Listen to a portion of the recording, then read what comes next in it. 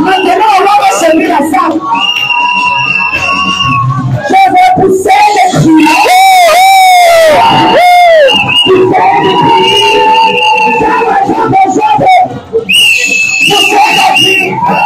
Pousser les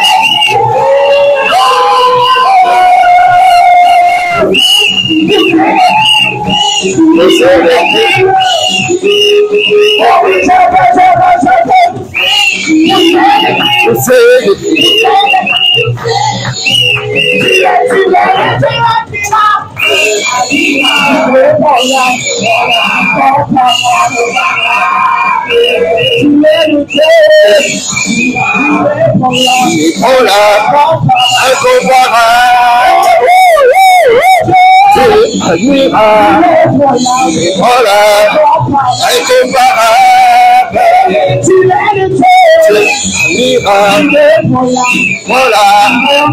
Incomparable. Je vais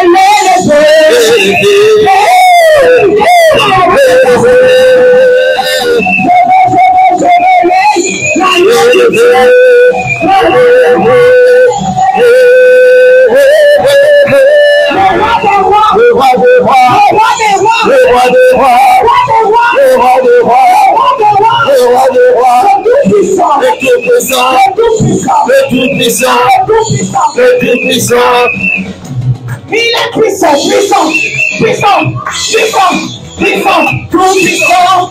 Alléluia. Alléluia. Continue de l'acclamer, bien-aimé.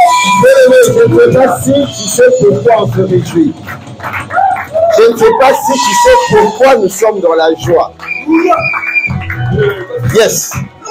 Alléluia. Je ne sais pas si tu sais pourquoi nous sommes dans la joie. Ma joie, moi, doit être plus que des supporters qui célèbrent et qui se réjouissent d'un but de Ronaldo. Parce que le véritable Ronaldo qui a sécurisé ta vie et ma vie, c'est Jésus le Christ. Aucun but dans un stade ne peut te donner le souffle de vie que tu peux avoir. Le véritable, le redoutable, le glorieux chef d'État de tout l'univers et de toute l'éternité. Bien-aimé, l'administration de son pays, de ce pays, le glorieux, la superficie de ce pays ne peut s'égaler à aucun pays. Ni la Chine, ni la Grande-Bretagne, ni les États-Unis, aucun pays. Et son armée est l'armée la plus puissante de l'univers. Et bien aimé, laisse-moi te dire que tu es le ministre de ce gouvernement. Laisse-moi te dire qu'il t'a choisi pour être ministre. Alors bien aimé, nous allons le louer, nous allons le bénir, nous allons le lever, nous allons le glorifier. On y va, on y va, on y va, on y va, on y va. Je veux.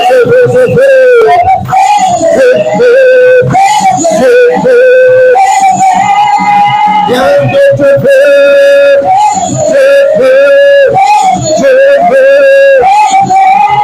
C'est une décision.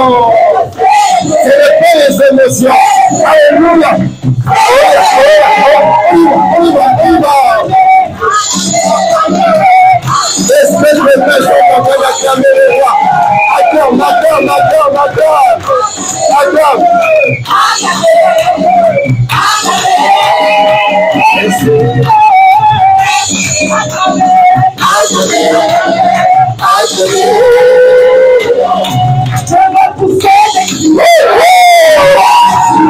Avec ta voix, je veux.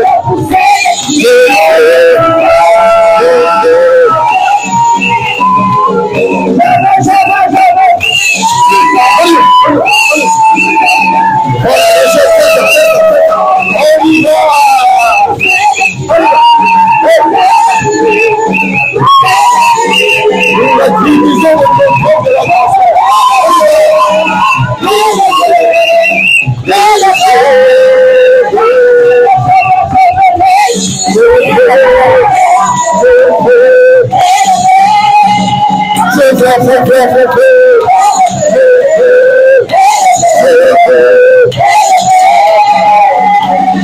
pour la situation que j'ai tous ces qui gloire.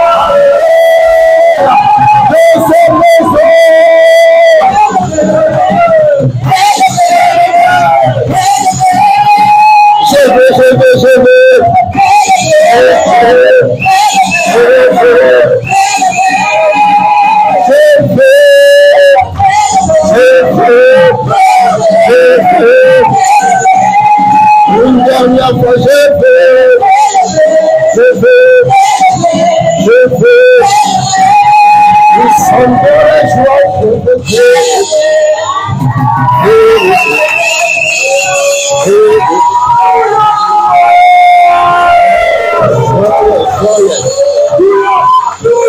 ne sais pas comment était ta semaine, bien-aimé. Je ne sais pas comment a été ta semaine. Mais regardez, la jeunesse est en train de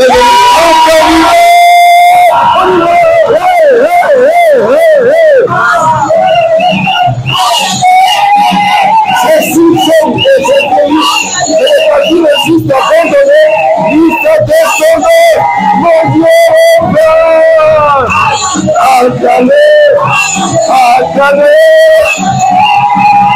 Honoré, je vais t'honorer. Honoré, je vais.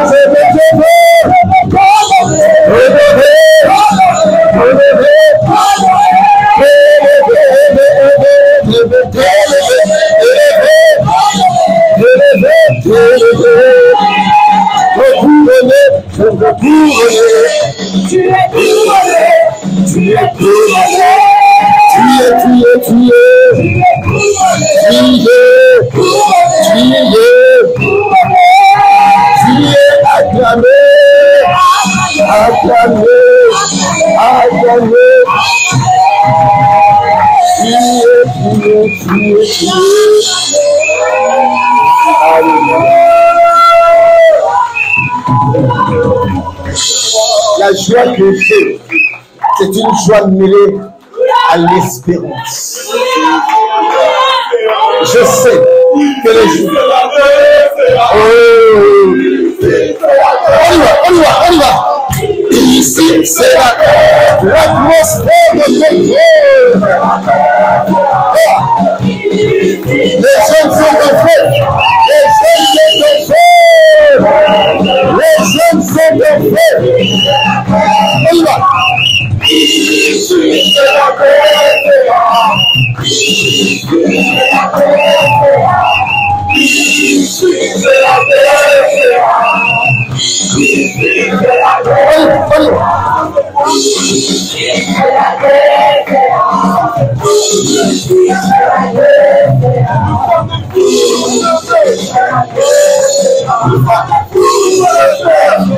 Yes, nous sommes des fous de Dieu. Nous sommes des fous de Dieu. De Jésus. Nous sommes des fous de Jésus. Nous sommes des fous de Dieu. Nous le sommes. Nous le sommes.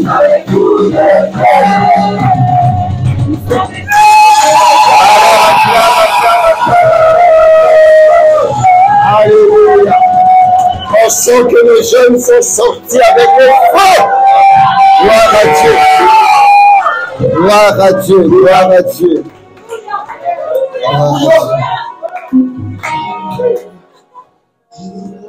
Tellement que nous sommes reconnaissants pour ce que Dieu a fait pour notre jeunesse. La jeunesse est de 7 à 77 ans.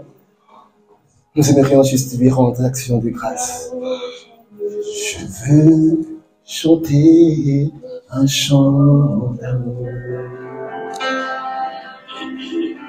Oh mon Seigneur, pour toi Jésus, l'amour de ma vie. C'est pour ça que tu as fait. Tu es. Jésus, mon sauveur. Je veux chanter un chant d'amour. Que ma langue soit pour la plume d'un habile écrivain. Que mes saints soient envoyés à mon esprit. Vers le Dieu de mon salut, je veux lui dire merci. Tu es. Mon amour précieux Jésus, je suis heureux.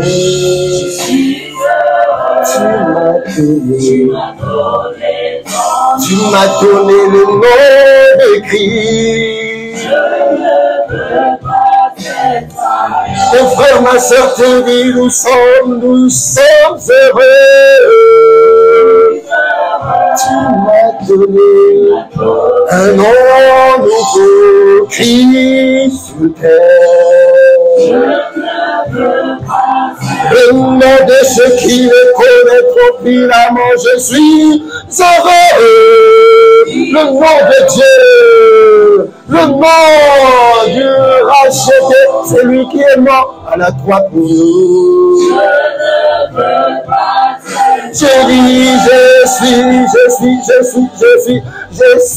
heureux. Je suis pas triste, non. C'est lui qui m'a racheté.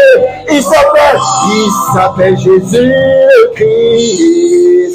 La Bible dit de lui, et lorsqu'il introduisit le premier d'entre les morts, il dit que toute la terre, que tous les anges l'adorent. Il faut des anges devant, et que ses serviteurs des flammes de feu, et au Fils, et à Jésus, il dit,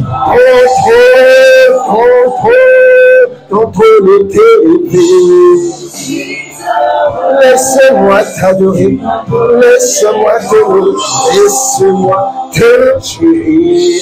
Entends le cri de l'épouse qui s'approche à côté de l'époux pour te dire je suis heureux. C'est que t'es beau, la main, sur le destinat.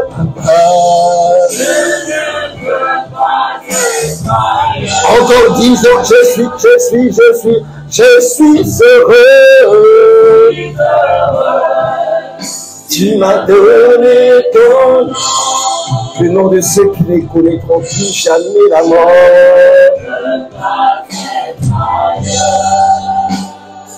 Je ne veux plus être ailleurs. Je ne veux plus être ailleurs. Je veux rester entre tes mains en sécurité. Vaut mieux un jour dans tes parvis que 1000 ailleurs. Être sous la tombe de la méchanceté. Nous avons choisi la chose qui est nécessaire. Ce n'est pas d'être dans la cuisine, mais d'entre tes pieds.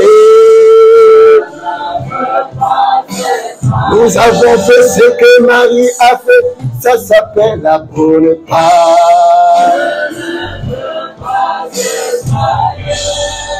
Dans tes bras, là-bas, ça peut là où je suis en sûreté. Dans tes bras, là où je suis protégé et gardé comme l'arche. Tu es l'arche de la nouvelle alliance qui embarque tous les rachetés de l'humanité, tous ceux qui croiront en toi. Tout près, tout près, tout près.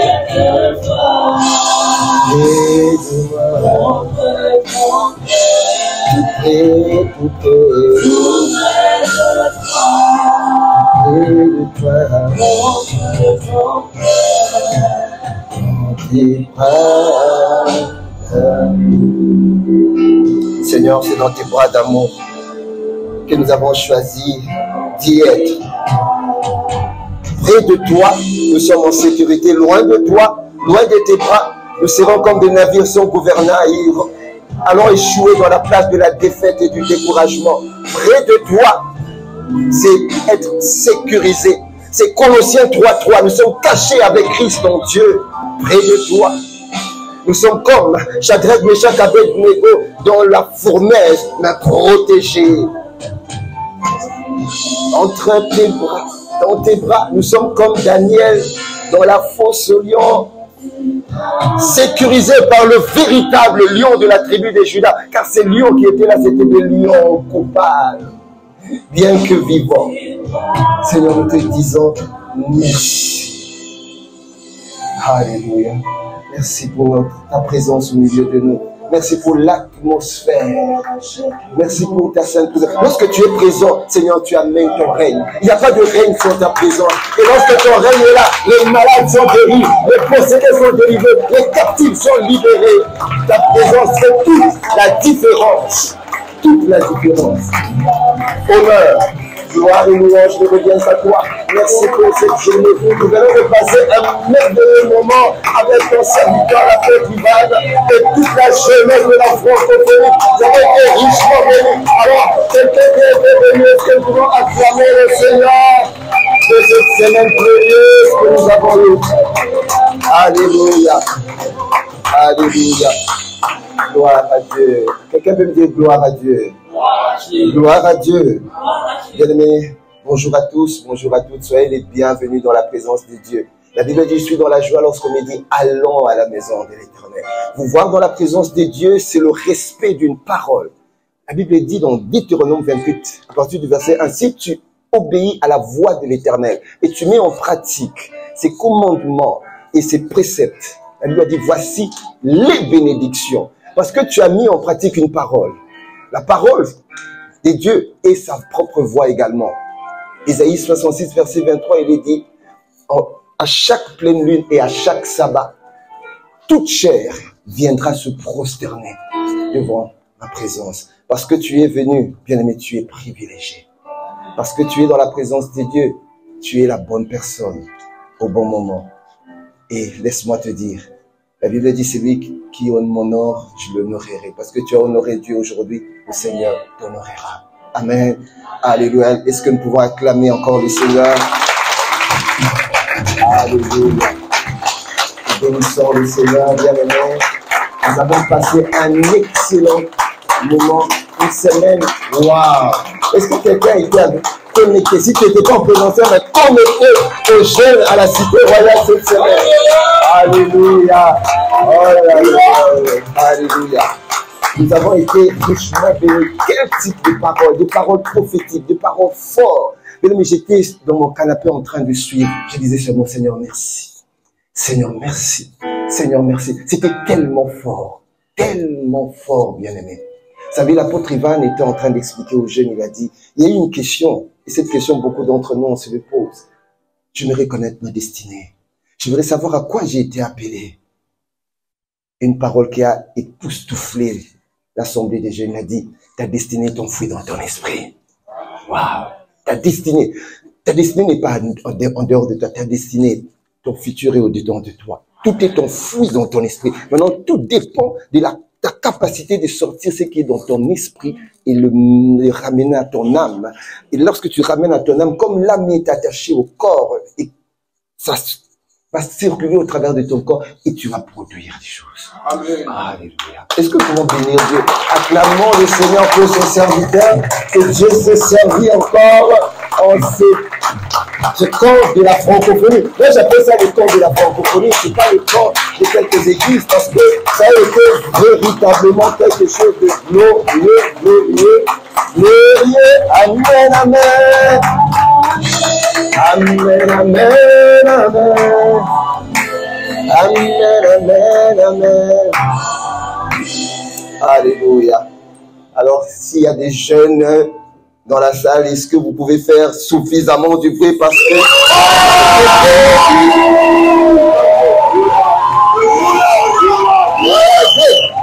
Alléluia. Alors, avant de prendre place, regarde juste ton voisin, regarde ta voisine, dis tu es wonderful. Tu es merveilleux. Alors, on va aller un peu. Tu es amazing. C'est-à-dire incroyable. Yeah. Oh là, oh yeah, aïe, et Hans. Merci, veuillez prendre place.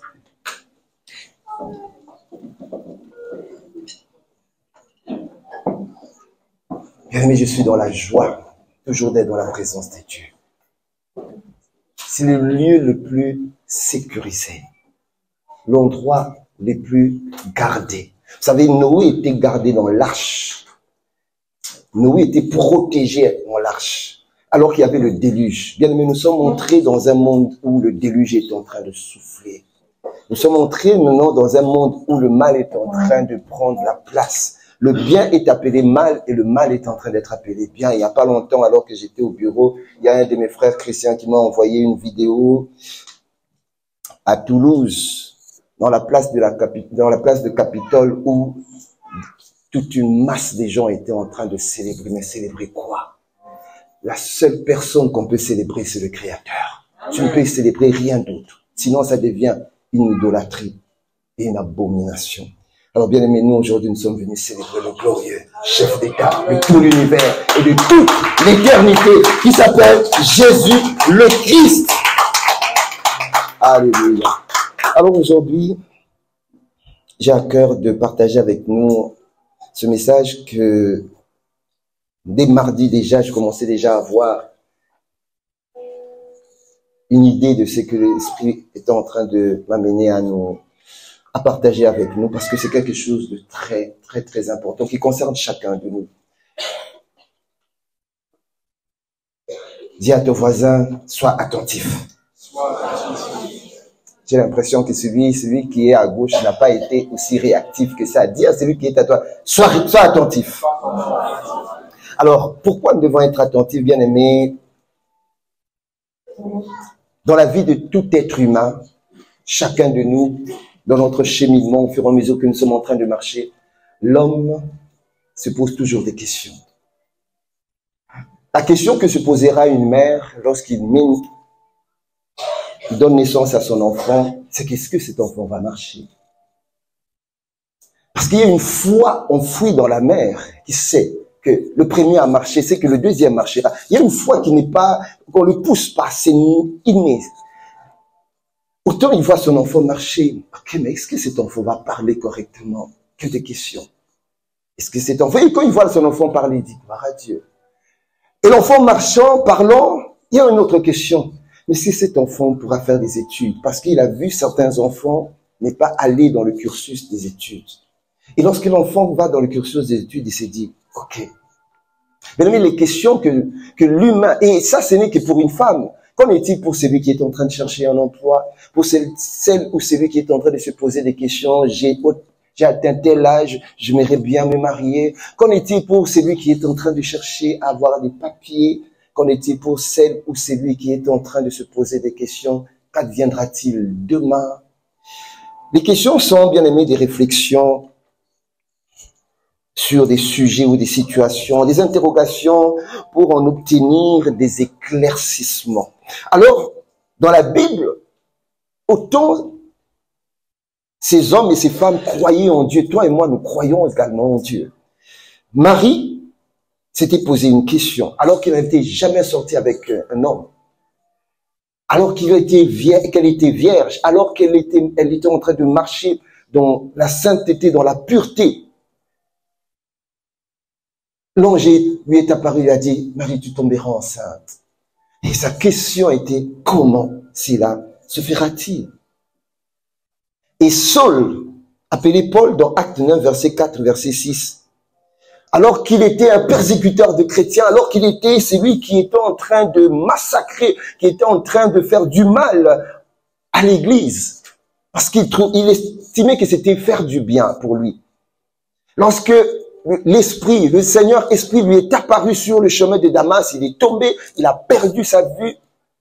La question de Saul, Seigneur, que veux-tu que je fasse? Parce qu'il était arrivé à un moment où tout ce qu'il faisait hier, il avait compris qu'il s'était arrêté. Il y avait un nouveau départ. Que dire de Gédéon dans Juge 6, verset 13, la Bible dit, si l'Éternel est avec nous, pourquoi toutes ces choses nous sont-elles arrivées? Des questions que nous avons de fois l'habitude de nous les poser. Et un autre personnage biblique, et le dernier que j'ai retenu, c'est Asaph, un chantre, comme David, dans Psaume 73, verset 13. J'aime bien ce verset. Alors qu'il voyait les méchants réussir, il voyait les méchants grandir, il voyait les méchants être en bon point, il voyait les méchants être dans leur couloir. Et tout leur réussissait. Alors il s'est posé la question, il a dit, Seigneur, est-ce que c'est donc en vain que j'ai purifié mon cœur et que j'ai lavé mes mains dans l'innocence? Plus d'une personne se pose cette question, Seigneur, je marche dans la crainte de Dieu, je te sers, mais je comprends pas, que des blocages, je comprends pas, que des difficultés, je comprends pas. Mais on se pose des questions. Alors il y a une question qui nous concerne tous aujourd'hui, qui dans ma méditation de la parole, je suis tombé, c'est là où ça fait sujet de mon message, AG 1, verset 5 à 10. La version français courant, la Bible dit, est-ce qu'on peut nous mettre ce verset? Ainsi parle l'Éternel, maintenant l'Éternel des armées. Considérez attentivement vos voies. Dans la version français courant, c'est réfléchissez donc bien à ce qui vous arrive, ou considérez attentivement vos voies, ou réfléchissez à ce que vous faites. Le Seigneur aimerait que nous puissions réfléchir aujourd'hui. Aujourd'hui, Dieu veut, bien aimé, dans ce silence cathédral que je ressens dans la salle, le Seigneur aimerait nous parler. Dis à ton voisin, Dieu veut nous parler. Dis encore, Dieu veut nous parler.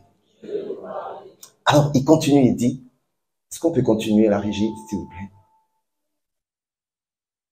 Vous avez beaucoup sémé, mais vous avez récolté, et votre récolte est très faible. Vous mangez, mais vous n'êtes pas rassasié. Vous buvez, mais vous n'êtes pas désaltéré. Vous vous habillez, mais vous n'êtes pas assez chaud, et le salaire du travailleur s'épuise aussi vite qu'une bourse percée. Cette question que nous nous posons aujourd'hui relève du fait que beaucoup d'entre nous, nous travaillons. Nous dépensons beaucoup d'énergie. Nous dépensons beaucoup d'énergie. Nous mettons toutes nos capacités. Mais c'est comme si nous récoltons peu. C'est comme si c'est à quoi j'aspire à recevoir, comparativement aux efforts que je suis en train de faire, n'est pas ce que je m'attends. Pourquoi? Alors, si nous continuons, il dit, voici donc ce que déclare le Seigneur de l'univers.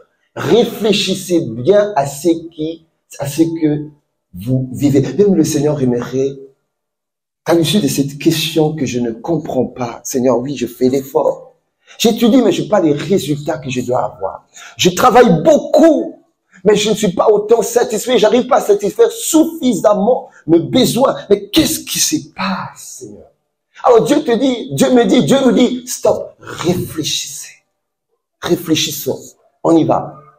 Il va nous donner. Alors il dit, montez sur les montagnes pour y chercher du bois et rebâtissez ma maison. Alors, je serai heureux d'y recevoir l'honneur qui m'est dû et je le déclare, moi, le Seigneur. Le Seigneur nous dit, ok, vous posez cette question, mais je vous donne déjà la solution et je vous dirai pourquoi ça ne marche pas. Il dit, montez à la montagne, montez dans la colline, venez à moi, venez dans ma maison, venez dans ma présence et rebâtissez. C'est qu'il y a quelque chose qui a été bâti et qui s'est écroulé ou bien qui n'a pas été bâti comme il le faut. Et on continue la régie. Vous avez espéré des grosses récoltes et vous voyez le peu que vous avez obtenu. C'est que vous avez ramassé chez vous, je l'ai dispersé par mon souffle. Pourquoi cela?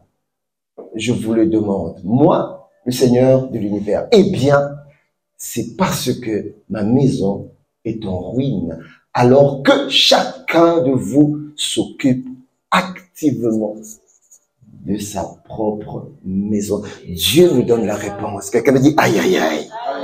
Encore, aïe, aïe, aïe. Tu dis, c'est parce que sa maison est en ruine. Parce que sa maison est en ruine et parce que sa maison est en ruine, et nous verrons c'est quoi le fait que la maison du Seigneur soit en ruine, et deux, c'est parce que nous nous occupons de nos propres intérêts, l'égocentrisme. Moi, mon porte-monnaie, ma maison, ma voiture, mes enfants, mes projets, que moi, le pronom possessif, tout ce qui est à moi, alors que Dieu dit de nous oublier et de ne regarder qu'à lui.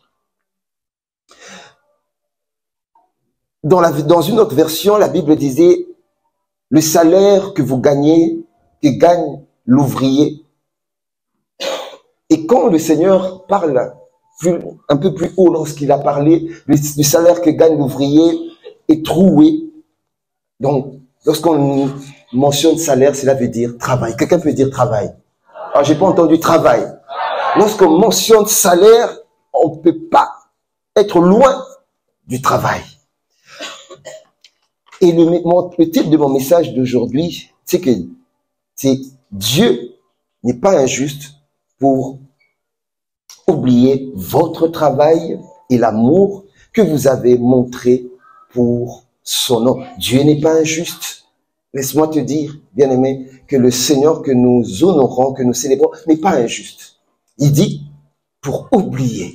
L'homme peut oublier, mais lui, il ne peut pas oublier. Alors, Proverbe 12, verset 27, il est écrit, un passereau qui va chasser, ça c'est la version parole de vie, un passereau qui va chasser ne trouve aucune bête à griller, mais à l'homme travailleur possède un trésor. Un homme travailleur, possède des trésors. Dans la version Semeur, la Bible dit, le passereau ne fait pas rôtir son gibier. Le bien le plus précieux de l'homme, c'est l'activité. Quelqu'un peut dire activité. Dieu dit le bien le plus précieux de l'homme, c'est l'activité. Par activité, bien aimé, derrière l'activité également, on voit travail. Quelqu'un me dit encore travail. Bien aimé, lorsqu'on parle de travail, Dieu dit dans le travail, il y a un précieux trésor. Et ce précieux trésor, bien aimé, dans le travail que Dieu a mis entre tes mains. Et lorsque nous travaillons, nous utilisons nos mains et nous utilisons notre cerveau pour réfléchir, pour créer, pour innover, dans le cerveau, on fait fonctionner l'intelligence. Mais donc tout cela, ça fait ressortir en nous un travail qui va te particulariser dans ta société. Alors, par travail, l'homme découvre, bien aimé, la grâce, ses capacités, son potentiel. Il découvre et ressort en l'homme le déploiement de son intelligence, sa sagesse, le discernement, la puissance et l'autorité et la domination que Dieu lui avait donnée. Parce que lorsque Dieu a dit à Adam, soyez féconds, multipliez-vous, remplissez la terre et dominez, bien aimé, derrière les directives que Dieu avait données, c'est caché également le travail. Quelqu'un peut me dire encore travail? Travail. Mais il y a quelque chose que je veux revenir rapidement. Le Seigneur nous a dit pourquoi, lorsque nous sémons et nous récoltons peu, il a dit, c'est parce que sa maison est en ruine. C'est qu'est-ce que veut dire sa maison est en ruine? Il a dit deux choses. Sa maison est en ruine, et puis il a dit également que nous courons chacun pour sa maison. Sa maison est en ruine, bien aimé, c'est qu'il y a peu ou pas des hommes et des femmes qui s'occupent de ses intérêts. Il y a peu ou moins des hommes et des femmes qui ont le battement de cœur pour ce qui concerne la maison de Dieu. Et lorsqu'il parle que nous courons chacun vers ce qui est à nous, c'est parce que nous donnons beaucoup plus d'importance à ce qui est à nous que ce qui est à Dieu. Quelqu'un peut dire aïe aïe aïe. Ah, j'ai pas entendu aïe aïe aïe. Mais le refus de travailler pour Dieu est inconcevable devant Dieu. Lorsque tu refuses de travailler pour Dieu, lorsque nous parlons de travailler pour Dieu, parce qu'il dit, il n'est pas injuste pour oublier le travail que nous faisons. Il y a le travail que Dieu nous a donné, séculier. Tu es comptable, tu es médecin. Dieu n'est pas contre ça. Tu es commerçant, tu es un homme d'affaires, tu es un apporteur d'affaires, tu es infirmière ou infirmier. Tu es dans le business, c'est normal. Parce que la Bible dit, celui qui ne travaille pas, ne mange pas. Par contre, le refus de travailler pour Dieu, C'est quelque chose qui est inconcevable. Écoutez, dans 2 Thessaloniciens 3, versets 10 à 11, je vais aller tout doucement. La Bible dit, car lorsque nous étions chez vous, nous vous disions expressément, si quelqu'un ne veut pas travailler, qu'il ne mange pas non plus. Vous voyez? Donc, on est totalement d'accord qu'il faut travailler. Et c'est Dieu qui le veut. Quelqu'un qui ne travaille pas, il est paresseux, doit savoir qu'il est en porte-à-faux avec le Seigneur. Donc, l'être humain a été créé pour travailler. Comme j'ai dit, quand Dieu a dit à Adam, soyez féconds, multipliez-vous, remplissez la terre, assujettissez et dominez. Mais dans tout ce que Dieu était en train de dire à Adam, là, il y avait la notion du travail. Amen. Alors, mais j'entends quelqu'un dire, mais pasteur, je suis au chômage. Je veux bien travailler. J'ai le diplôme et je suis au chômage. J'entends et quelqu'un d'autre dit, mais moi je suis pas au chômage, moi je suis un créateur d'entreprise. J'ai créé mon entreprise, j'ai innové, j'ai créé, mais j'ai pas de contrat. J'ai pas encore signé de marché avec des clients pour fructifier mon œuvre. Alors, bien aimé, j'aimerais te dire que j'ai une bonne nouvelle pour toi. C'est que il existe un travail que Dieu te donne qui va te rémunérer plus que ce que tu fais. Amen. Et il existe un travail que Dieu a prévu et préparé pour toi qui va être un déclencheur d'ouverture des contrats, du travail, de la propulsion que tu es en train d'attendre. Ce travail, c'est le travail de Dieu. Amen. Ce travail, c'est le travail de Dieu. Vous savez, j'aime bien le pays auquel moi et toi nous appartenons. Dis, c'est le royaume des cieux. C'est le royaume des cieux. C'est le pays le plus puissant de l'univers. C'est le pays, bien aimé, où il n'y a pas de chômage. Amen. Il n'y a pas de chômage dans ce pays. Alors, je vais demander à la régie de nous présenter un tableau. Vous allez voir un peu ce tableau qui illustre ce qui est de notre pays et ce qui est concernant le chômage, d'accord? Dans le royaume des cieux bien-aimés. Non, le graphique de l'OCDE. Donc, nos pays, alors, je vais vous donner des statistiques rapidement. Dans notre pays, en France, rapidement, alors, j'étais allé un peu faire des recherches, le taux de chômage bat un nouveau record historique en France. La France comptait 3 224 600 demandeurs d'emploi. Ça veut dire les gens qui sont au chômage. Par contre, en 1997, ils étaient à 3 195 000. Et regardez le taux de chômage qu'il y a dans la plupart des pays de l'Europe. Parce que nous sommes en Europe. 24% en Grèce, le taux de chômage le plus élevé en Espagne, en Portugal et tout. Alors regardez maintenant le taux de chômage dans le royaume des cieux. Est-ce que vous le voyez? Est-ce que vous pouvez un peu augmenter? Est-ce que vous pouvez un peu... La régie, vous pouvez un peu... Non, vous pouvez pas? Le taux de chômage dans le royaume des cieux, c'est 0%. 0%. Le taux de chômage dans le royaume des cieux, c'est 0%. Mais c'est le pays où il n'y a pas de crise économique.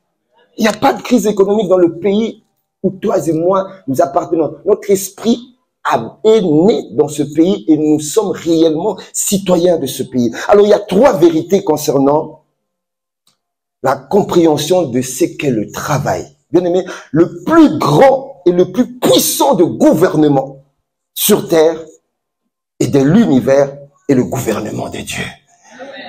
Quelqu'un me dit, mais pasteur, il y a le gouvernement des États-Unis, tu vois, ils sont aux élections. Il y a le gouvernement de la Chine, tu vois pas, il y a le gouvernement de la Russie, avec son gouvernement, est en train de terroriser les nations. Mais il y a un gouvernement qui est le plus puissant. C'est le gouvernement du royaume des cieux. Amen. Et on va pas entrer là-dessus. J'ai essayé, je suis allé voir un peu Apocalypse 21, versets 9 à 18. Ça donne un peu l'étendue de ce gouvernement. C'est la Nouvelle Jérusalem que j'étais allé voir dans mes recherches où le Seigneur était en train de nous montrer l'étendue, la puissance, la gloire de ce gouvernement. En tout cas, c'était un peu plus loin. La deuxième vérité, c'est que les ministres les plus importants de la terre, ce sont les ministres du gouvernement des cieux. la première des choses, le gouvernement le plus puissant. Mais il faut en être conscient. C'est la conscience de la vérité. Quelqu'un peut dire conscience de la vérité. Je suis en train de t'amener juste tout doucement à comprendre l'importance de travailler pour Dieu, parce que pour la plupart d'entre nous, n'avons pas encore cette conscience-là que je dois travailler pour le gouvernement le plus puissant. Aujourd'hui sur la terre, si on te demandait, est-ce que tu veux travailler pour le gouvernement américain ou bien pour un gouvernement d'un pays d'Afrique que je n'irai pas citer, sinon je vais me faire des ennemis. Amen. Aïe, aïe, aïe. Mais en tout cas, politiquement correct, chacun dirait, moi je mérite d'être secrétaire d'État du gouvernement américain. Pourquoi? Un, parce que c'est le pays, c'est un des pays riches du monde. Deux, c'est un des pays les plus puissants sur Terre. Trois, c'est un des pays qui a la bombe atomique, mais qui a une influence au niveau mondial. Pourquoi? Lorsque l'ambassadeur représentant les États-Unis aux Nations Unies aura du poids dans ses paroles, dans ses propos et dans son influence qu'un ambassadeur d'un pays lambda. Je dis lambda parce que je m'étais toujours. Amen. Mais alors, dis-toi que tu es citoyen du royaume des cieux. Tu es ministre du pays le plus puissant de l'univers. Donc, tu dois être fier et conscient. Je dis fier et conscient. Alors, j'ai pas entendu. Dis fier et conscient. Fier et conscient. Fier et conscient. Mais fier et conscient du pays d'où je viens. Fier et conscient du poids. Parce que lorsqu'on présente, j'aime bien l'apôtre Evan, c'est l'apôtre Evan qui était en train de nous présenter comme ça. Il me disait, Jésus est le glorieux. Nous avons des chefs d'État. Je dirais à le président du pays d'où nous sommes, le président Macron. D'accord? Mais lorsque je présente mon chef d'État, lorsque je présente mon Seigneur, je dirais il est le glorieux chef d'État de tout l'univers et de l'éternité. Regardez un peu l'étendue de ce pays, l'étendue de son influence et l'étendue de ce pays et de son influence. Alors il te dit maintenant que non, tu es son ministre. Combien sont les ministres d'un pays qui sont sanctifiés? Lorsque le président choisit un ministre sur les 28 millions d'habitants en France, mais ce sont des personnes qui sont sanctifiées. Ils sont particuliers. Ils ont été mis à part par le chef d'État pour traiter des choses concernant la nation, la France. Ils ont des privilèges et ils ont des grâces particulières que l'État et le chef d'État leur donnent. Alors, à plus forte raison, toi qui es le ministre de Dieu, à plus forte raison, toi qui sièges avec le Seigneur, à plus forte raison, toi qui fais partie des ministres dans le gouvernement le plus puissant de l'univers. Alors, regarde ton voisin, dis-lui maintenant, oh, je suis fier de ma fonction. Je suis fier de ma fonction.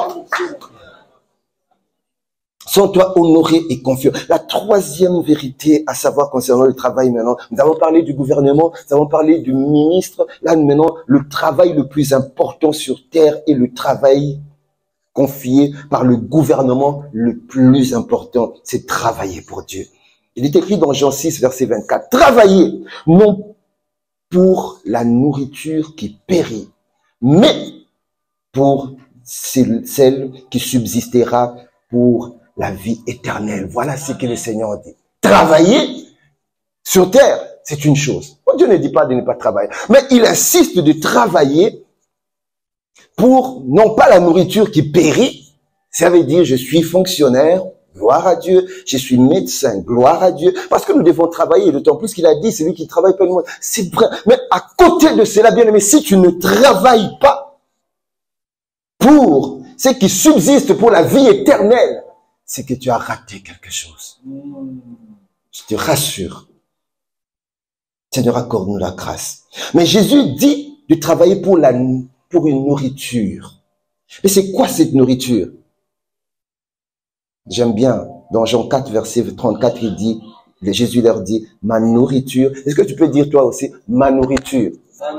Oui, parce que tu dois t'approprier les paroles de Jésus, parce qu'il est notre modèle. Amen. Regardez ce que Jésus disait. Il dit travailler. Il a d'abord dit travailler, non pour la nourriture qui périt, mais la nourriture, d'accord, qui subsiste pour l'éternité. Alors il détaille maintenant cette nourriture. Il dit, ma nourriture est de faire la volonté de celui qui m'a envoyé. Amen.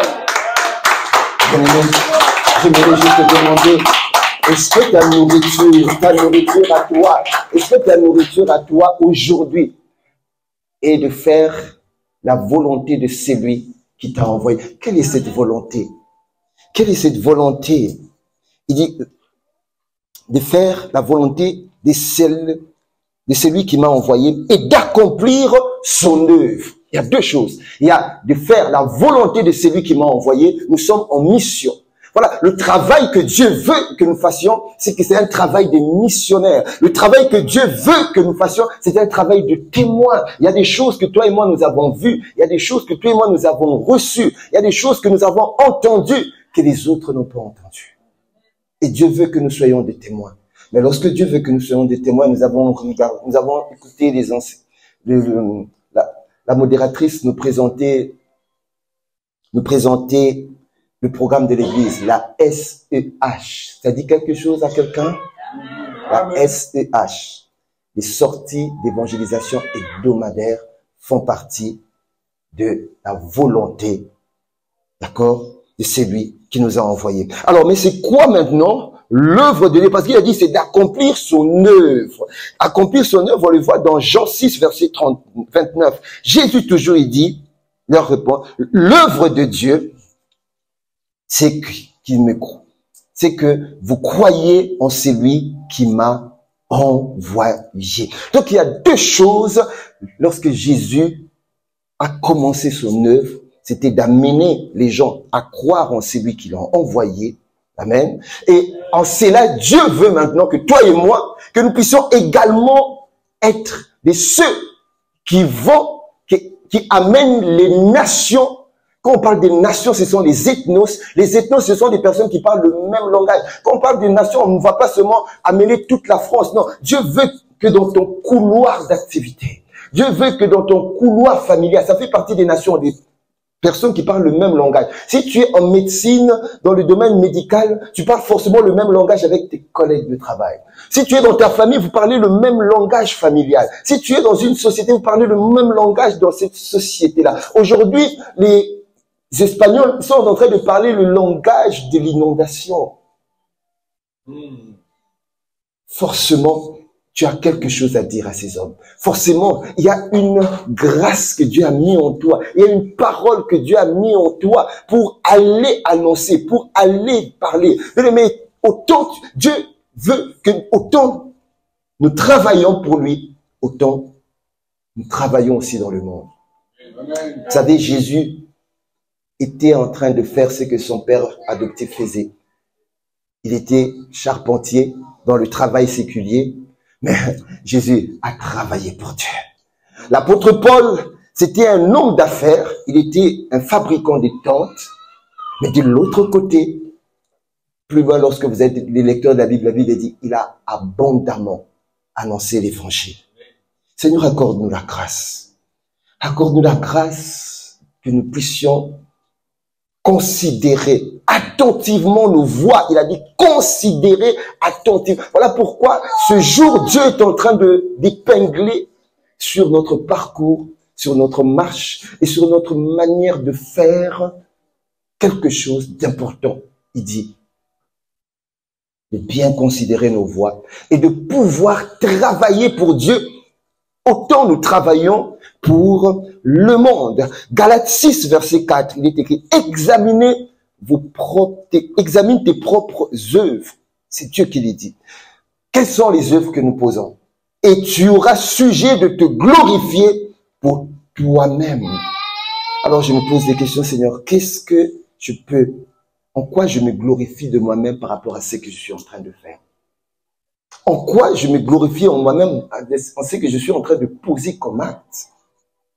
La première des choses que Jésus était en train de faire et qu'il aimerait que toi et moi que nous fassions, c'est d'amener les gens à croire en celui qui l'a envoyé. Bien aimé, nous sommes des envoyés.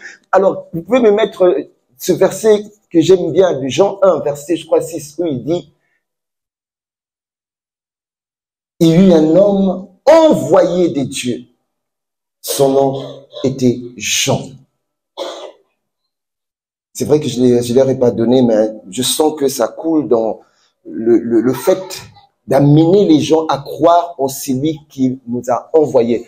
Alors, il y a eu un homme envoyé de Dieu. Bien aimé, tu es l'homme envoyé de Dieu. Cet homme, son nom était Jean, mais cet homme, cette femme, c'est toi. Mais à la place de Jean, toi. Alors on continue. Merci la régie. Et vous pouvez un peu agrandir si vous le pouvez. On y va. Alors, il vint pour servir de témoin. Voilà le travail des dieux. Jean-Baptiste, lorsqu'il était sur la terre, il était un témoin. Bien aimé, tu es un témoin. Nous sommes des témoins et nous devons témoigner Jésus dans notre génération. Il est pour servir de témoin. 1, 2, pour rendre témoignage de la lumière. Nous vivons dans un monde où nous sentons notre faiblesse au milieu du danger. Au sein de l'environnement qui devient de plus en plus rebelle. Là, le monde est devenu ténèbres. Voilà pourquoi Dieu était en train de dire, je crois que c'est dans le livre d'Ésaïe, sentinelle, sentinelle, que dis-tu de la nuit? Nous sommes entrés dans la nuit. Et la nuit est là et le monde a besoin de lumière. Car il est écrit, la création attend avec un ardent désir la manifestation du Fils. Tu es ce Fils que la création est en train d'attendre. Amen. Et il parut pour rendre témoignage à la lumière et on continue, la régie. Cette lumière était la vérité, la véritable lumière qui, en venant dans le monde, éclaire tout homme. Et on continue, c'est le dernier. Il était dans le monde et le monde était, et ça c'est quelle version? Il y a une version qui dit, cette lumière, c'était d'apporter la bonne nouvelle. Amen. Bien-aimé, tu as été suscité sur la terre pour apporter la bonne nouvelle. Quelqu'un peut me dire amen. Amen. Le travail que Dieu t'a ramené sur la terre et surtout le fait que tu aies donné ta vie à Christ, c'est que Dieu t'avait connu d'avance. C'est que tu es celui et celle qui doit et qui devait, Seigneur, naître en cette saison. Tu es la bonne personne. Dieu ne s'est pas trompé. Ce n'est pas un hasard, ma soeur, mon frère. Ce n'est pas un hasard du fait que nous soyons là. Dieu avait tout planifié. Dans son agenda, dans l'agenda de Dieu, Dieu te voyait. Amen. Oh, j'aimerais te dire que Dieu te voyait. Oh, je répète encore, oui, Dieu te connaissait et te voyait. Amen. Dieu ne te voyait pas en 1960. Dieu ne te voyait pas en 1883. Dieu te voyait en cette saison. Amen. Dieu te connaissait pour cette saison, pour que tu puisses manifester la gloire de Dieu. Dieu voulait que tu sois la lumière dans les ténèbres de cette saison où Dieu dit que cette saison ressemblera à l'époque de Noé. Cela veut dire, l'époque de Noé, c'est l'époque où il y avait une homosexualité qui touchait de l'enfant à l'adulte. La période de Lot, la période de Noé, Dieu nous compare cette saison. C'est une saison où les gens, la saison de Noé, c'était où la Bible dit les gens mangeaient, buvaient, mariaient leurs enfants. Et nous sommes dans une saison où les gens ont oublié que Dieu existe. Le nom de Jésus même est en train d'être effacé. Le ténèbre. Et Dieu veut que tu sois l'étendard, la bannière qui flotte pour témoigner Jésus dans ta génération. Amen. Seigneur, accorde-nous la grâce. Accorde-nous la grâce. Bien aimé, le Seigneur veut que nous puissions travailler. Alors regardez comment Jésus travaillait. Le travail que Dieu veut, que toi et moi que nous puissions faire. Je répète encore, Dieu n'est pas contre que tu puisses travailler parce que au travers de ton travail, Dieu veut te rendre riche pour Dieu. Quelqu'un peut me dire amen. Oh, j'ai dit au travers de ton travail, Dieu veut te rendre riche pour Dieu. Pour que tu puisses soutenir l'œuvre de Dieu. 2, pour que tu puisses faire du bien aux gens. Bien aimé, il y a beaucoup d'orphelinats. Il y a beaucoup d'orphelinats. Il y a des orphelins qui attendent, qui sont en train de tendre la main d'aide, mais qui n'en trouvent pas. Tu es peut-être la personne qui peut créer une association pour répondre à leurs besoins. Je voudrais te dire encore plus, aller plus loin. Tu es le Tabitha ou la Tabitha Dorcas. Dans un coin du pays, dans un coin du monde, il y a des hommes et des femmes qui n'attendent que ta générosité. Mais la Bible dit, Jésus allait de lieu en lieu. Faisons du bien. Nous sommes appelés à faire du bien. Alors, je ferai du bien avec les 3 T. Mon temps, mes talents est mes trésors. Donc Dieu n'est pas contre de te donner les trésors, de faire de toi un riche pour Dieu. Par contre, Dieu veut. Luc 4, verset 18, on y va. L'Esprit du Seigneur est sur moi. Voilà l'agenda, l'ordre de mission de Jésus. Parce qu'il m'a oint pour annoncer la bonne nouvelle aux pauvres. Dieu veut également que nous annoncions la bonne nouvelle aux pauvres. Il m'a envoyé pour guérir ceux qui ont le cœur brisé.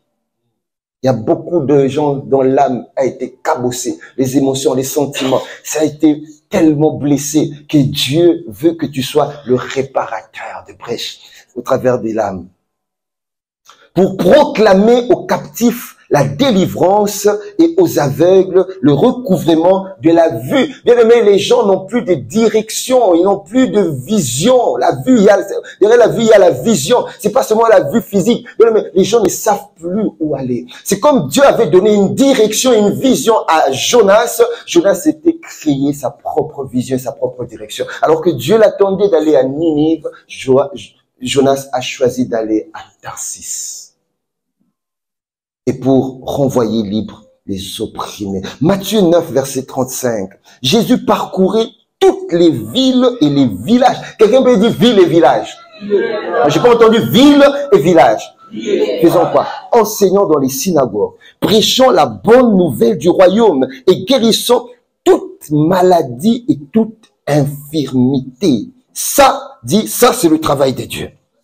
Alors, j'ai pas entendu ça, c'est le travail de Dieu. On dit encore ça, c'est le travail de Dieu.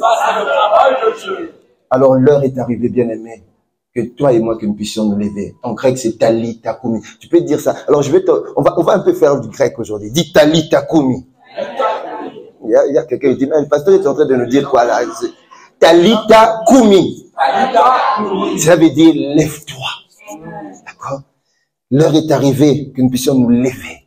L'heure est arrivée que nous puissions entrer dans la grande commission. La grande commission, c'est celui d'annoncer la bonne nouvelle, c'est d'aller.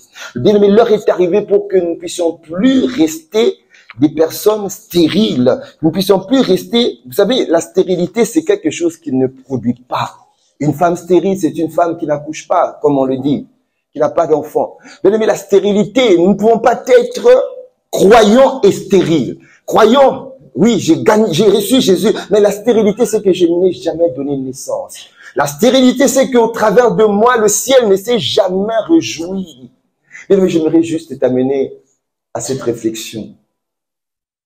Il faut que ta vie et ma vie à moi, à un certain moment, parce que la Bible dit, lorsqu'un pécheur retourne, d'accord, attriste, il y a de la joie au ciel. Les anges se réjouissent. Alors, je vais essayer un peu d'illustrer cela. Imaginez-vous que le trône du Père est là.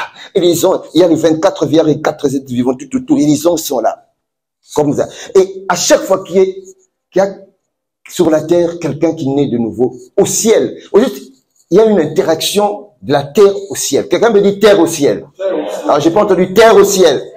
Donc, lorsqu'une âme est gagnée, les anges chantent, dansent. Donc, une âme est gagnée. Bon, imagine-toi maintenant, et que tu es en train de faire comme il faut le travail de Dieu. Paf, tu gagnes une âme. Alors, les gens sont en train de, waouh, waouh, encore, paf.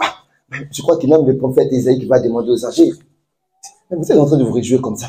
Je dis, sur la terre, il y a une sœur qui s'appelle Sorel qui est en train de gagner les âmes. Ah bon? Encore?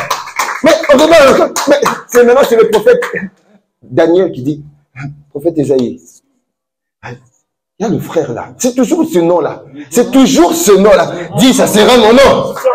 Ah, j'ai pas entendu, ça sera mon nom. Alors, le jour où tu vas entrer au ciel, ton nom sera connu. Amen. Lorsque tu entres au ciel, on va dire, oh, c'est lui. C'est lui. Dis, c'est lui.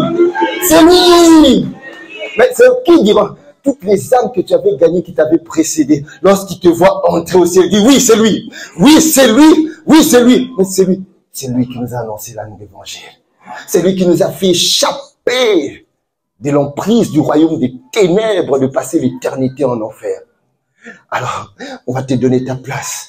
Et je crois que le grand frère Ézéchiel dira, jeune homme, moi, j'ai ressuscité les ossements desséchés. Allez, check. On a fait le même job. Alléluia. Alors, bien aimé, il y a 3 choses à savoir du pourquoi c'est si capital de faire le travail de Dieu. J'utilise le mot capital. C'est-à-dire, c'est tellement important. 3 choses. Vous savez, le travail que nous faisons est déjà rémunéré. Quelqu'un me dirait déjà rémunéré. Alors, j'ai pas entendu. Le travail que nous faisons là, tu vas au travail, tu reviens, tu vas au travail, est déjà rémunéré. C'est rémunéré comment? Parce que tu es payé chaque fin du mois. Amen. S'il y a quelqu'un qui travaille qui n'est pas rémunéré, c'est qu'il y a un désordre dans son travail. Ton travail est déjà rémunéré.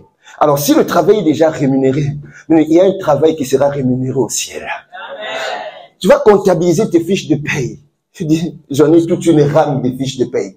3 rames, 500 pages. Une rame à 500 feuilles. Je sais pas, tu comptabilises depuis que tu as commencé à travailler jusqu'à ta retraite. Tu dis, bon, ok, maintenant je vais quitter la terre. Allez, les fiches de paye, vous allez m'accompagner. Les fiches de paye, vous dites, non, non, non. En tout cas, nous, on traverse pas les frontières de la mort. Non, non, nous, on reste sur la terre. Mais bien aimé, il y a des fiches de paye qui vont t'accompagner au ciel. Alors, la régie, est-ce que vous pouvez me projeter maintenant? La première des choses, c'est que le travail de Dieu c'est que Dieu rémunérera dans l'éternité. Alors, j'ai essayé de faire ce petit tableau comparatif, d'accord? Ça, c'est le travail que je fais sur terre, et ça, c'est le travail que tu fais au ciel. Ok, mon employeur s'appelle Monsieur Carlex, la société Carlex. L'employeur s'appelle Monsieur Dupont, d'accord? Et tous les jours quand je travaille, à la fin du mois, je fais combien d'heures de travail? Ah ben, je devrais vous dire quand même que j'ai des pourcentages. Hein. J'ai combien de pourcents? 15%. Et je touche combien? Je veux un peu agrandir, c'est possible? Je touche 2400 en net et 2800 en brut. Pour avoir travaillé pendant? Ça c'est le travail du monde. Mais passons maintenant, je suis fonctionnaire du royaume des cieux. Je suis ministre du royaume des cieux. Regardez maintenant dans le royaume. 1. La société ou le pays d'où je travaille, qui m'a embauché, où il n'y a pas de chômage, s'appelle royaume des cieux. Et le chef d'État, le PDG, comment il s'appelle? C'est Jésus. Alors, le nombre d'heures que je vais travailler est de combien? C'est en tout temps. C'est en tout temps. Illimité. Je n'ai pas besoin de dire, oh, mais j'ai travaillé, pasteur, j'ai travaillé pendant 151 ans pour le royaume des cieux, je peux maintenant me reposer. Non, c'est tout le temps. Tu dois gagner les âmes tout le temps. Nous devons descendre tout le temps. Tout le temps. Quelqu'un me dit tout le temps. Tout le temps. Alors, il y a des avantages. Lorsque je travaille, j'ai 15%. Et pour le royaume des cieux, le pourcentage est de combien? Exponentiel. Hein? C'est plus de 1000%. Et le salaire. Alors, regardez mon salaire. Mon salaire, c'était de 2800 € brut et 2400 net. Maintenant, est-ce que vous pouvez maintenant me mettre Matthieu 19, verset 29? Vous allez voir le salaire du royaume des cieux. Et quiconque aura quitté à cause de mon nom ses frères, ses soeurs, son père, sa mère et sa mère, et ses enfants, ses pères, ses maisons, recevra quoi? Recevra quoi? Recevra quoi? Recevra quoi? Bon, entre au centuple et 2400, qu'est-ce que vous voulez? Au centuple. Ah, est-ce que tu peux acclamer maintenant le Seigneur? Oui. Le travail de Dieu est le travail le plus rémunéré. Quand Dieu dit au centuple, bien aimé, le travail. Lorsque je pars travailler, je touche 2800 brut ou 2400. Mais lorsque quelqu'un tombe malade, vous risquez de voir que tous les salaires est allé à la médecine pour me traiter. Par contre, lorsqu'on parle de haut centuple, dans haut centuple se cachent les intérêts composés et décomposés. Dans le centuple, bien aimé, se cache. J'ai porté tes infirmités et je me suis chargé de tes maladies. Donc, dans le centuple se cache la guérison divine. Dans le centuple se cache la santé de Dieu. Quand on dit la santé, c'est la santé que Dieu a, c'est la même santé que tu as. Amen. Dans le centuple se cache celui qui pourvoit. Amen. Le distributeur. Jésus avait son distributeur à l'époque. Mais aujourd'hui, j'ai ma carte bancaire, je pars, j'introduis, j'ai fait sortir de l'argent. Le distributeur de Jésus, c'était la bouche du poisson. Mais quand tu sers Dieu, il y a plusieurs bouches de poissons qui peuvent être là. Plusieurs. Dieu pourvoira à tes besoins. Dans le centuple se cachent les relations. Dans le centuple se cache la gloire. Amen. Tu seras assis avec les autorités de ton pays.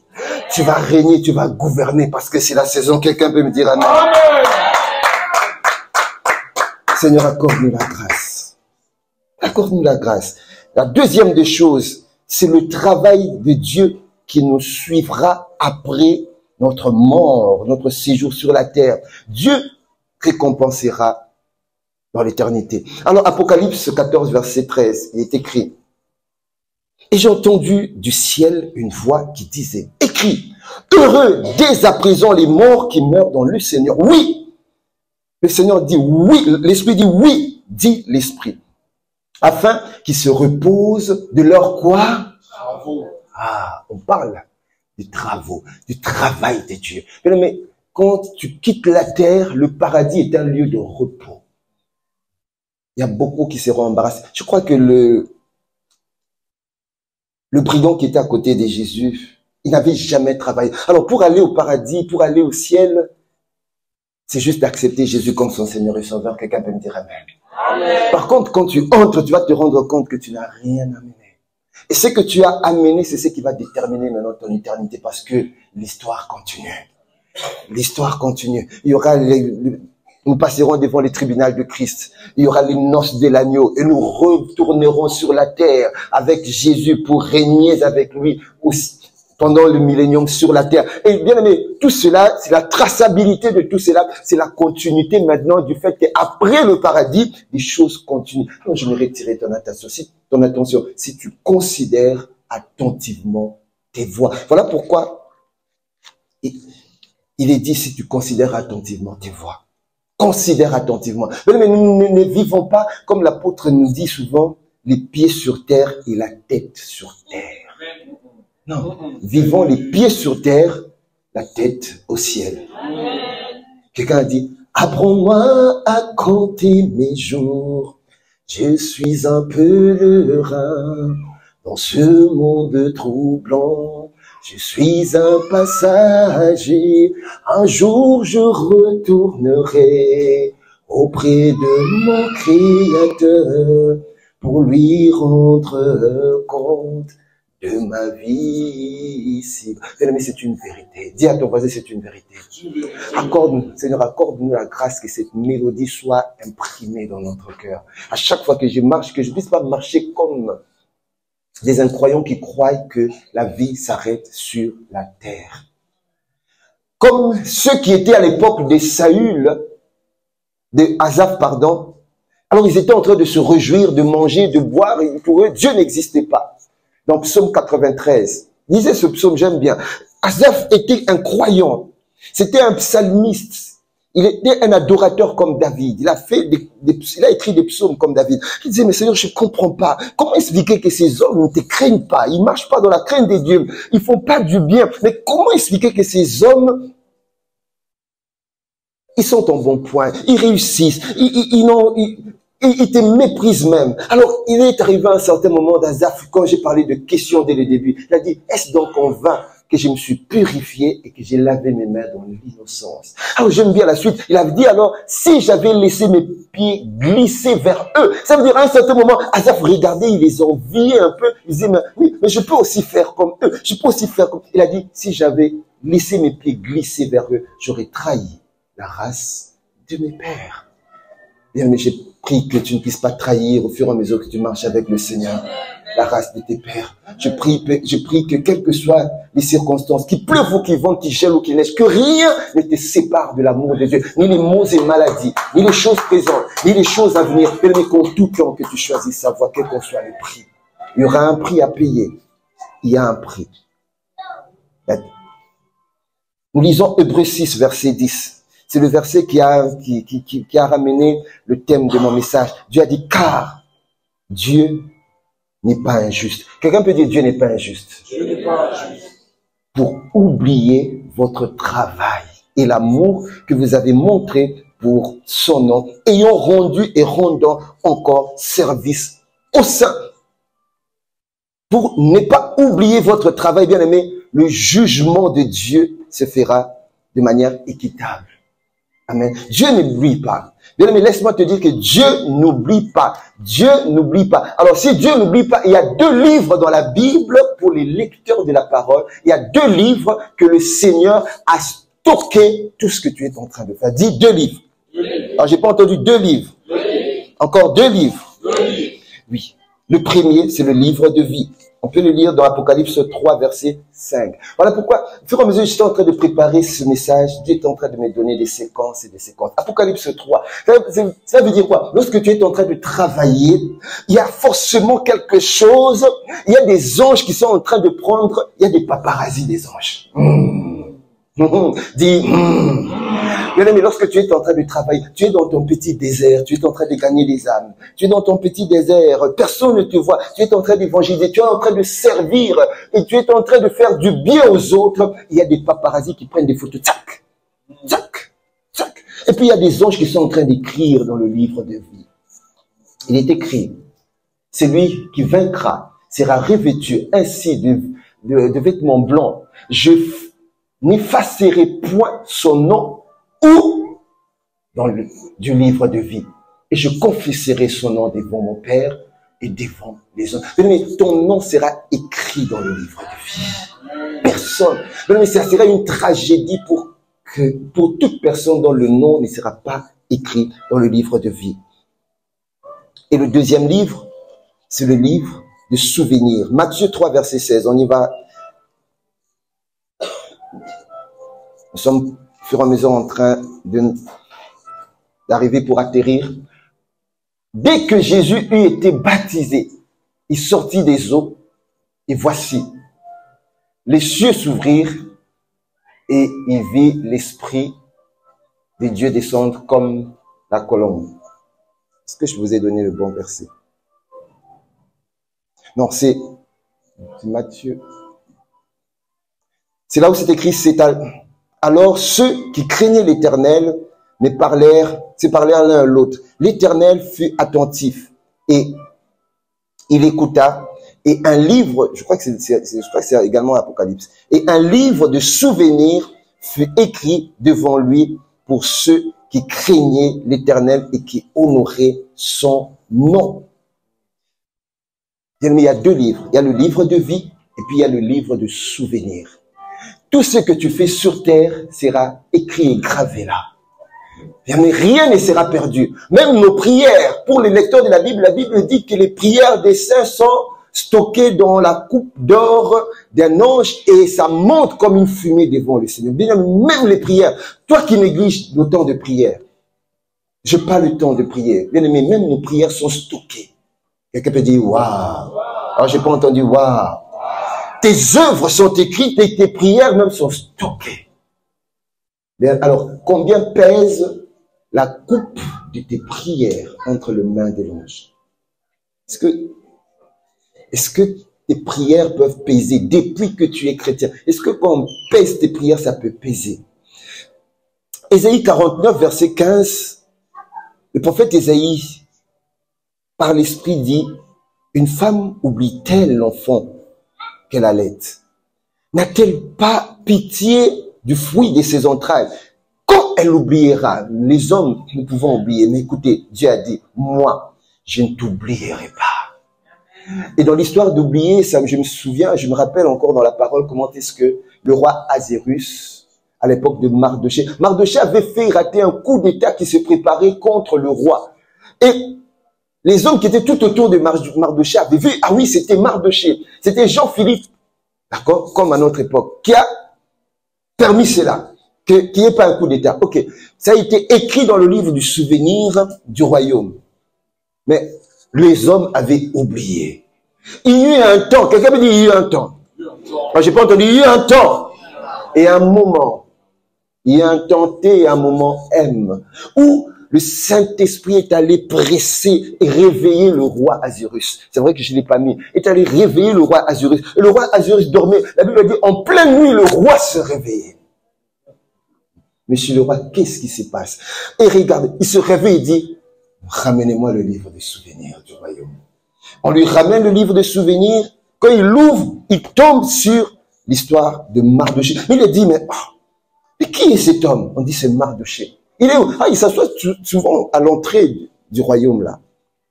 Mais qu'est-ce qu'on a fait de cet homme pour ce qu'il avait fait? Oh non, on n'a rien fait. Directement, le roi dit, ramenez-moi là. Dieu se souvient et se souviendra, je te rassure bien aimé, du travail que tu fais et que tu es en train de faire pour le roi. Maintenant, la difficulté que nous avons, bien aimé, nous aujourd'hui, c'est que nous sommes devenus égocentriques. La difficulté que nous avons, bien aimé, nous sommes rentrés en nous-mêmes, nous sommes recentrés en nous-mêmes, nous regardons que sur nous-mêmes, alors qu'il y a énormément d'âmes. Mais comme toi, tu es ici, c'est que hier, il y a eu quelqu'un qui a prié et qui est descendu sur le terrain pour te gagner. Deux choses. Et forcément, soit c'est quelqu'un de ta famille que tu connais peut-être pas, ou bien de tes amis, ou bien de ton entourage. Il y a forcément quelqu'un qui a dû prier pour que tu connaisses Christ. Et un jour, tu es tombé amoureuse de lui, peut-être parce qu'on t'avait donné un flyer, ou bien parce que quelqu'un t'a évangélisé. Le Seigneur veut maintenant que ce soit ton tour. Amen. Que tu puisses prier pour les personnes dans le sud et du nord du Loiret, là où Dieu nous a établis, mais également que tu puisses descendre. D'accord? Et là-dessus, parce que nous devons copier ce qui est bien. Dis copier ce qui est bien. L'apôtre Paul a fait 42 villes et villages. Il n'avait pas de moto, pas de voiture, pas de TGV, pas d'avion. 42 villes et villages où il a évangélisé durant 3 voyages missionnaires. Son dernier voyage missionnaire, qu'on dit souvent c'est le 4e, c'est là où il est allé à Rome et là où il est allé mourir. Mais 3 voyages missionnaires, 42 villes et villages. Sans moto, sans avion, sans TGV. Qu'en est-il, bien aimé, pour toi et moi? Combien de villes et villages ferons-nous avec des avions, des TGV, des motos, des trains à grande vitesse et autres? Combien de villes? Voilà pourquoi, en novembre, nous allons commencer un programme des voyages missionnaires dans le sud et son et nord du Loiret. Amen. Nous voulons, nous aussi, aller dans des villages et des villes. Il y a des villages où M. Dupont ne sort pas. Il est dans sa retraite, il ne sort pas. S'il sort, il entre dans sa voiture, il va dans le supermarché. Après, dans la rue, tu vas pas le voir. Mais dans sa boîte aux lettres. Tu sais, comment est-ce que je peux entrer en contact avec cet homme? Par la boîte aux lettres. Amen. Je vais mettre quelque chose. C'est mon point de contact. Et donc, il aura la chose, il va regarder. Il a l'habitude de lire ses courriers, Mais à ce moment-là, il va lire ce prospectus que tu vas lui donner et Dieu va commencer à lui parler. Amen. Nous allons descendre et nous également, nous allons écrire l'histoire. Il dit, nous allons écrire l'histoire. Non, j'ai pas entendu. Nous allons écrire l'histoire. Bien-aimés, nous allons nous également écrire l'histoire parce que nous avons été créés pour ça. Et nous allons finir par Luc 18 à partir du verset 29 et nous finissons ce moment. Luc 19, 18, la régie. C'est l'histoire de l'homme riche. Le chef, voyez, dans d'autres versions on dit l'homme riche, interrogea Jésus et dit, bon maître, que dois-je faire pour hériter la vie éternelle? On y va rapidement parce qu'on atterrit. Que dois-je faire pour hériter la vie éternelle? Ça, c'était la question que l'homme riche ou le chef, comme on le dit, avait posée à Jésus. Jésus lui répondit, pourquoi m'appelles-tu bon? Il n'y a de bon que Dieu seul. On y va. Tu les commandements. Tu ne commettras point d'adultère, tu ne tueras point, tu ne déroberas point, tu ne diras point de faux témoignages, honore ton père et ta mère. Regardez, Jésus lui a présenté les 10 commandements, lui a présenté la parole. Ça c'est l'homme riche, le chef, il dit, j'ai, dit-il, observé toutes ces choses dès ma jeunesse. Bien aimé, je bénis Dieu pour ta vie. Amen. Tu as observé, tu viens à l'église, tu donnes ta dîme, amen. Et aujourd'hui, tu es venu donner la dîme de la journée, amen. J'aimerais qu'on s'habitue à ça, hein. Le 10% de la journée de dimanche, 24 heures, 2 heures et 40 minutes. C'est la dîme qui appartient à Dieu, ce n'est pas ta dîme. Si tu ne viens pas à l'église, tu ne te présentes pas à la présence de Dieu, mais tu es en train de voler Dieu de sa dîme. Parce que lui t'a donné 22 heures 20 minutes, à lui, il te dit, donne-moi ma dîme. Donc, si tu ne lui donnes pas, tu fais quoi? Dis, aïe, aïe, aïe. Alors, j'ai observé. Alors, Jésus, ayant entendu cela, lui dit, il te manque encore une chose. Bien aimé, pour la plupart d'entre nous, nous faisons du jardin. Pasteur, je me connecte pour prier en ligne. Gloire à Dieu. Pasteur, lorsqu'il y a des temps d'enseignement, je suis là. Je sers dans un ministère. Gloire à Dieu. Et tous les dimanches, je suis là. Gloire à Dieu. Quelqu'un me dit gloire à Dieu. Mais le spécialiste te dit, il te manque une chose. Tu peux dire une chose. Alors Jésus lui dit, il te manque une chose. Vends tout ce que tu as, distribue-le aux pauvres. Et tu auras un trésor dans les cieux. Puis, et c'est ce qui m'intéressait là. Puis, viens et suis-moi. Viens et suis-moi. Quand Jésus lui a dit, viens et suis-moi, suis-moi pour faire quoi? Jésus était en train de faire quelque chose. L'homme riche, on dit le chef, c'est qu'il avait son entreprise, il faisait autre chose. Il avait son entreprise. Je ramène un peu cet homme à notre saison. Je suis chef d'entreprise. Mon entreprise est cotée au CAC 40 en bourse. Et j'ai des business. Je voyage, j'ai fait. Mais je suis également serviteur dans une église. Je sers Dieu. Je suis là. Mais Dieu lui dit, viens et suis-moi. Mais suis-moi là, c'est ce que nous avons lu que Jésus était en train de faire. Jésus a dit, écoute, je vois que tu fais bien. Tu es un bon religieux. 1, tu es un bon chrétien.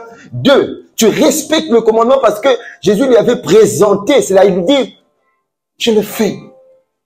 Et il était riche, bien, mais il était aisé. Cela veut dire qu'il était un riche même pour Dieu, si on peut le dire. Mais Jésus lui a dit, viens et suis-moi. Suis-moi là, c'était pour que tu puisses également amener les gens à croire en celui qui m'a envoyé. Viens et suis-moi. C'est pour que tu puisses faire ce que moi je fais, que j'ai vu le Père faire. Jésus a dit, je ne fais que ce que j'ai vu le Père faire. Et toi également, tu dois faire ce que j'ai fait, de sorte que ça soit ce que tu auras vu également le Père faire. Seigneur, accorde-nous la grâce. Et nous atterrissons. Bien aimé, l'histoire de l'homme riche est ton histoire et mon histoire. Nous faisons beaucoup de choses bien, mais il nous manque quelque chose. Viens et suis-moi. Aujourd'hui, le Seigneur est en train de te dire et de me dire, venons et suivons Jésus. Nous allons le suivre en quoi? Nous allons le suivre en faisant ce qu'il a fait. Mais qu'est-ce qu'il a fait? Nous l'avons vu plus loin. Il allait de lieu en lieu, de village en ville. Faisons du bien et guérissons les malades. Mais il te manque peut-être ça. Il te manque peut-être ça, comme l'homme riche. Même le but de mon message était de nous amener à recevoir cette perception du travail de Dieu. C'est la conscience de Dieu, la vérité. Et bien sûr, entrer cette parole au plus profond de nos cœurs pour que cela change notre perception, mais également que nous puissions entrer dans un nouveau mindset, système de pensée, et que nous puissions redimensionner notre vie. Nous sommes en train, bien aimés, de faire quelque chose qui dépasse, qui va transcender les limites de la mort. Nous sommes en train de faire quelque chose qui va aller au-delà.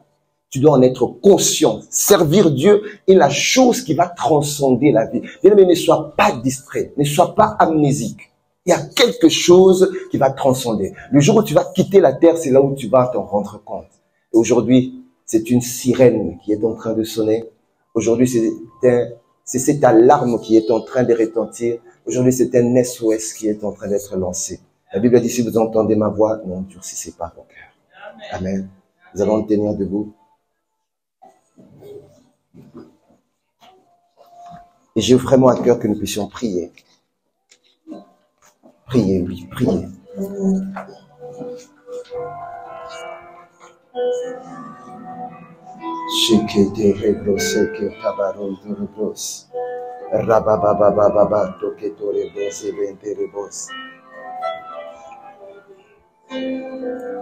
Nous reconnaissons que, comme l'homme riche, nous avons tout ce que nous avons besoin, Seigneur, pour vivre sur la terre. Nous ne manquons de rien. Mais encore que, il y a des préceptes, des commandements, des directives, des lois que nous respectons. Mais il y a quelque chose que tu faisais que nous ne faisons pas. C'est de te suivre. Te suivre. La Bible dit, il était oint pour restaurer des cœurs brisés. L'Esprit de Dieu est sur moi car il m'a oint afin d'annoncer la bonne nouvelle. Mais de ce côté-là, tu le sais au plus profond de ton cœur, que lorsqu'il s'agit d'annoncer la bonne nouvelle du royaume des cieux, tu n'y es pas. Dans ton travail, dans ta famille, dans ton environnement, on a beaucoup parlé, on continuera à parler, car la Bible dit, rachetez les temps, car les jours sont mauvais. Ce matin, c'est une prière que j'aimerais que nous puissions faire. Seigneur, rends-moi conscient de la vérité, que la conscience de la vérité qui vient d'être donnée ce matin soit imprimée au fer rouge. La Bible dit dans Agé 1, verset 14, réveille. Et l'Éternel réveilla l'esprit de Zorobabel. Il réveilla l'esprit de Josué, mais il réveilla également l'esprit du peuple afin de se mettre à l'ouvrage de Dieu. Seigneur, accorde la grâce. Tu vas élever ta voix. Tu vas dire, Seigneur, réveille-moi à suivre Jésus. Réveille-moi à suivre Jésus. Je t'en supplie, réveille-moi. Réveille-moi à suivre Jésus. Nous t'en supplions. Réveille-moi, Talita Koumi. Je t'en supplie, au Père. Réveille-moi. Comme tu l'as dit dans le livre d'Agé, tu réveillas Zorobabel, tu réveillas Josué. Comme l'homme riche, il était un bon gars, mais il lui manque une chose. À suivre, à suivre. À suivre, à suivre. Réveille-moi. Je t'en supplie, je te demande réveille. Fais-moi ma paix.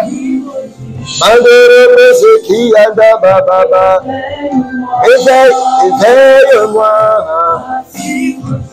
à suivre Jésus comme il le faisait, allant de ville en ville, allant de village en village.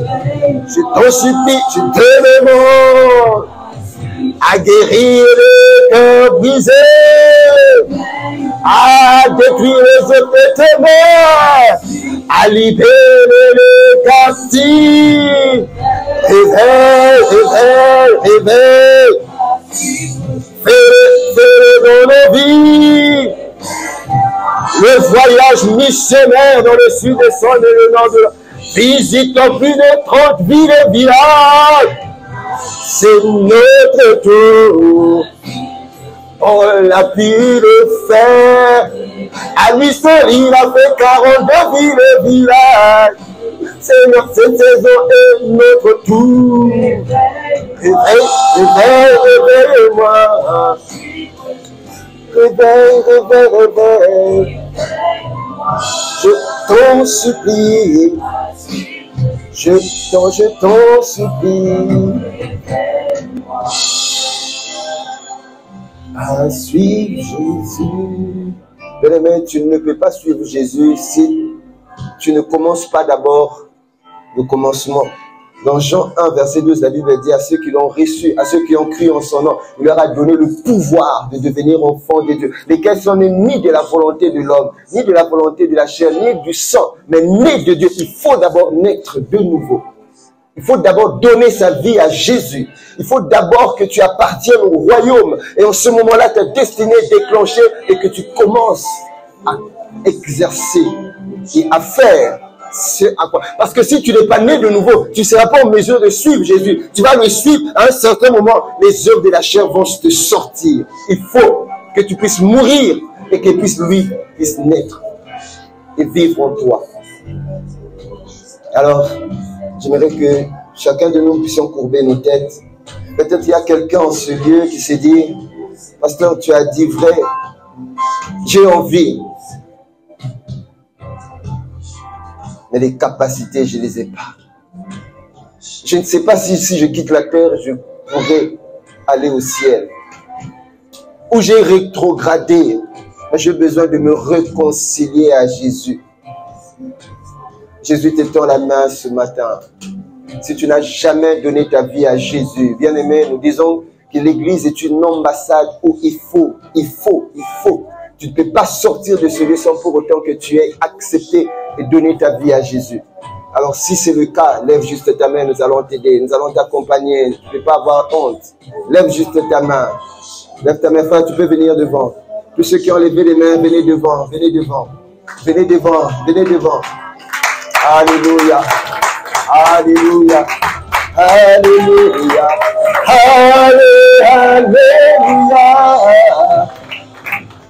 Alléluia. Alléluia. Allez, allez. Allez, allez, allez, allez. Alléluia. Bien-aimés, nous allons accompagner nos frères qui ont décidé. C'est une décision, ce n'est pas un choix. Ce n'est pas des émotions, c'est une décision. Qui aujourd'hui, si vous donnez votre vie à Jésus, votre vie sera transformée. Aujourd'hui, il est écrit dans 2 Samuel 7, verset 10, que je vous ai donné une demeure. D'accord? Afin que vous soyez fixés. Parce que nous vivons dans un monde où ça bouge trop. Dieu veut vous fixer.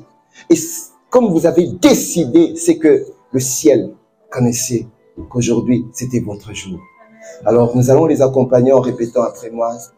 Répétez après moi, mes frères. Seigneur Jésus, je m'approche de ton saint trône. Je m'approche de ton saint trône. Reconnaissant que je suis pécheur. Reconnaissant que je suis pécheur. Reconnaissant que je ne suis pas.